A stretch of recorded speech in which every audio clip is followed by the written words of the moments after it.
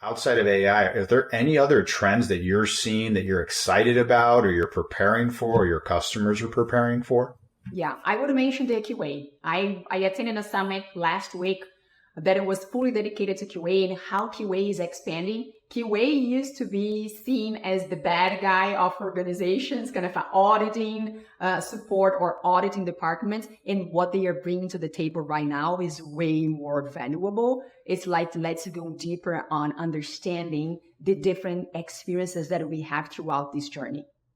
Right? So what is expected whenever we either design a journey or we are part of the journey?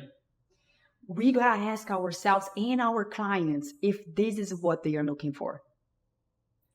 And I think that QA is kind of helping us to better understand, particularly on the sentiment side. So I would mention QA and I would mention data analytics.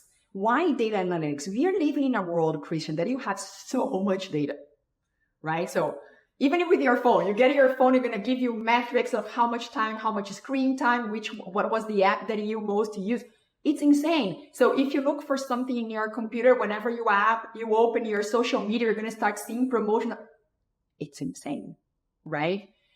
It's easy to get lost in that amount of data. So the analytics comes to help you with that. But as you correctly said, first and foremost, you got to know your destination.